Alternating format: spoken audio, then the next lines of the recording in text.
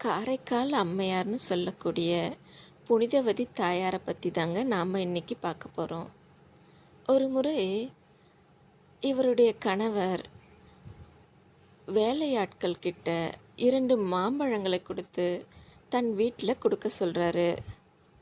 அதை கொடுத்துட்டு போன சில நிமிஷங்களுக்கெல்லாம் ஒரு சிவனடியார் வராரு.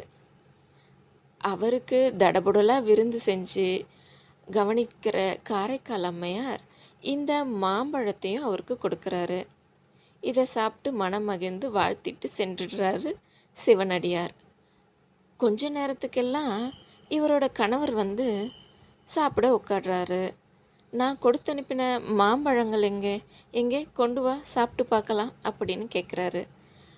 இன்னும் ஒரு மாம்பழம் இருக்கு இல்லையா, அதை கொண்டு வந்து கொடுக்குறாங்க.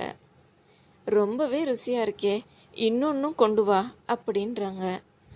செய்வதறியாது திகைக்கிற காரைக்கால் அம்மையார் ஒரு நிமிஷம் என்ன செய்கிறது, இவர்கிட்ட எப்படி சொல்கிறதுன்னு யோசிக்கிறாங்க. பூஜை அறையில் வந்து நின்று சர்வேஸ்வரனை நோக்கி,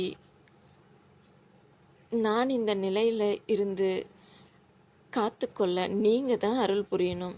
என் கணவர் கேட்குற மாதிரி அந்த மாம்பழம் அவருக்கு நான் இப்போ தந்தே ஆகணும், அருள் புரியணும் அப்படின்னு ரொம்பவே மனமுருகி கேட்குறாங்க.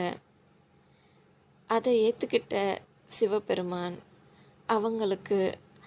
அவங்களோட கையில் அந்த மாம்பழத்தை தராங்க.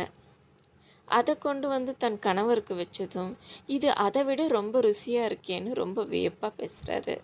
அப்போ நடந்ததை காரைக்கால் அம்மையார் சொன்னாங்க. அதை கேட்டு திடுக்கிட்டு போன அவர், உண்மையாகவா, என் முன்னாடி ஒரு தடவை கேளு அப்படின்னு சொல்கிறாங்க. அதையும் செஞ்சு காட்டுறாங்க காரைக்கால் அம்மையார்.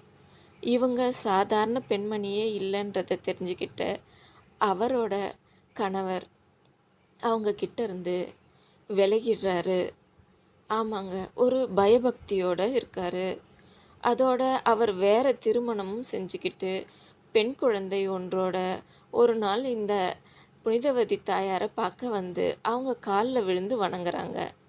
இதை பார்த்து ரொம்பவே மனம் நொந்துடுறாங்க காரைக்கால் அம்மையார். இதற்கு மேலே எனக்கு இந்த இளமையும் அழகும் தேவையில்லை, எனக்கு முதுமையை தந்துவிடு இறைவா அப்படின்னு கேட்டு முதுமையும் வாங்கிடுறாங்க.